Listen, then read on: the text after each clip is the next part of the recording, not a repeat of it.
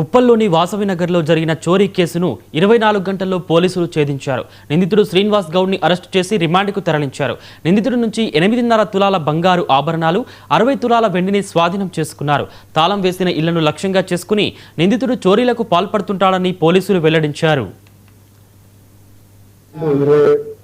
ఉదయం 10-11 గంటల మధ్యన గుంటి మల్లమ్మ అనే ఆమె తన భర్త ప్లస్ తను ఉంటుంటది వాసవి నగర్ కాలనీలో. ఆ గుంటి మల్లమ్మ పనికి వెళ్ళిపోతుంది.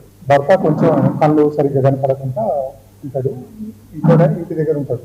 ఈ నేరస్తుడు వాళ్ళ ఇంటికి లోపలికి వెళ్ళి బీరువాలో ఉన్న 8.5 తులాల బంగారము మరియు 60 తులాల వెండి దొంగలించింది. ఆ ఫిర్యాదు మేరకు ఉప్పల్ పోలీస్ స్టేషన్లో కేసు నమోదు చేసుకొని సాంకేతిక ఆధారాలతోటి నేరస్తుని గుర్తించి 24 గంటలలో నేరస్తుని ఐడెంటిఫై చేసి అతన్ని అరెస్ట్ చేయడం జరిగింది.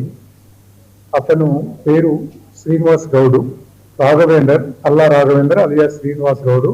ఆయన పేరు దక్కలి రమేష్ అలియాస్ శ్రీను అని కూడా అంటారు.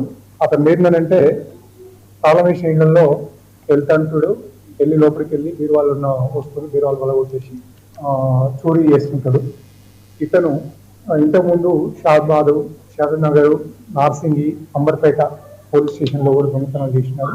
అతనికి పాత నేర చరిత్ర కూడా ఉంది. మా సిబ్బంది, మా డిఐ గారు ప్లస్ మా క్రైమ్ సిబ్బంది ఇమీడియట్లీ దాన్ని 24 అవర్స్లో ఐడెంటిఫై చేసి నేరస్తును గుర్తించి అరెస్ట్ చేసి ఈరోజు ఏదైతే ఇంటాక్ట్ ప్రాపర్టీని రికవరీ చేసి రిమాండ్ చేస్తుంది. 5/2/26 ఉదయం 10-11